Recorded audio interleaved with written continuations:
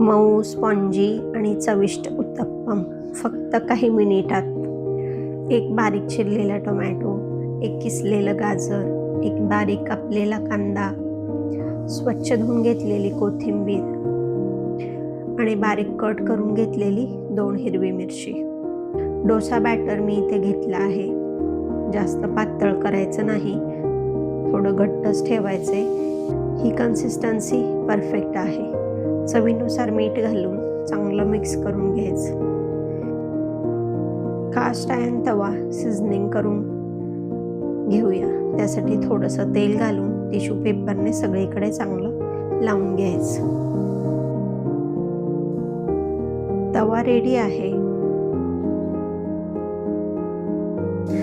तवा गरम झाला की थोडंसं पाणी घालून टेम्परेचर बॅलन्स करून घ्यायचं.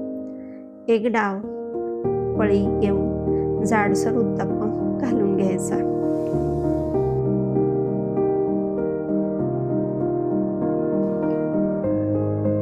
उत्तप्पम जाडच घालायचंय, जास्त पातळ करायचा नाही.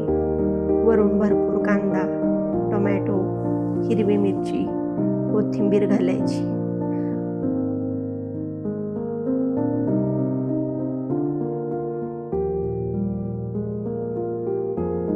हलका हलका दाब द्यायचा, म्हणजे पिठाला कांदा टोमॅटो व्यवस्थित चिकटला जाईल. आवडीनुसार तेल, तूप, बटर घालायचं. सगळीकडे व्यवस्थित पसरवून घ्यायचं. गॅस मंदच ठेवायचा आहे, म्हणजे उत्तप्पम न करपता चांगला भाजला जातो.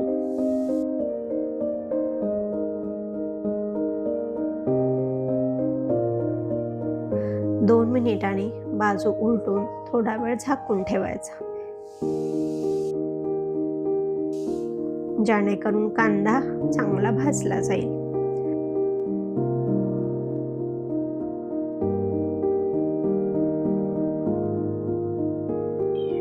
दुसरा उत्तप्पम घालून थोडासा कांदा, टोमॅटो, हिरवी मिरची, कोथिंबीर आणि किसलेलं गाजर घालायचं.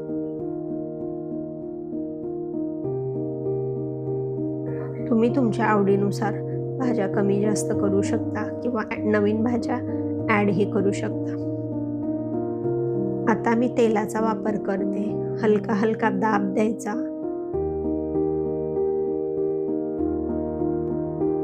2 मिनिटांनी बाजू उलटून वरून बटर लावायचं.